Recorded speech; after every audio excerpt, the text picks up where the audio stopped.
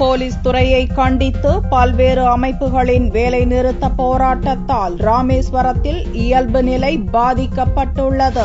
காவல்துறையில் நிர்வாக சீர்கேடு, வசூல் வேட்டை, தவறு செய்வோருக்கு ஆதரவாக போலீசார் செயல்படுவதாக குற்றம் சாட்டியும் இதற்கு காரணமான அதிகாரியை இடம் மாற்ற வலியுறுத்தியும் ராமேஸ்வரத்தில் பல்வேறு அமைப்புகள் சார்பில் கடையடைப்பு போராட்டம் துவங்கியுள்ளது.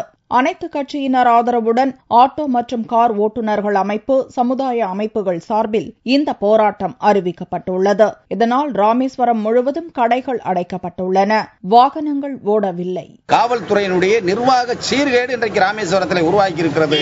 இந்த நடவடிக்கையை தடுத்து நிறுத்துவதற்கு இருக்கக்கூடிய டிஎஸ்பி மீது உடனடியாக துறைவாரியான நடவடிக்கை எடுத்து அவரை ஊர் மாறுதல் உள்ளிட்ட நடவடிக்கைக்கு உட்படுத்த வேண்டும் என்று எங்கள் சிஐடி சார்பாக நாங்கள் கேட்டுக்கொள்கிறோம். எப்போதும் சுற்றுலா பயணிகளால் நிரம்பி வழியும் ராமேஸ்வரம் இந்த போராட்டத்தால் கடுமையாக பாதிக்கப்பட்டுள்ளது.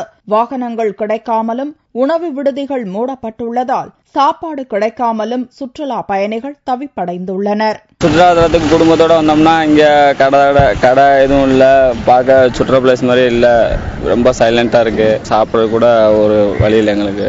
சம்பந்தப்பட்ட அதிகாரி மீது நடவடிக்கை எடுக்கும் வரை போராட்டம் நீடிக்கும் என்று அறிவிக்கப்பட்டுள்ளது.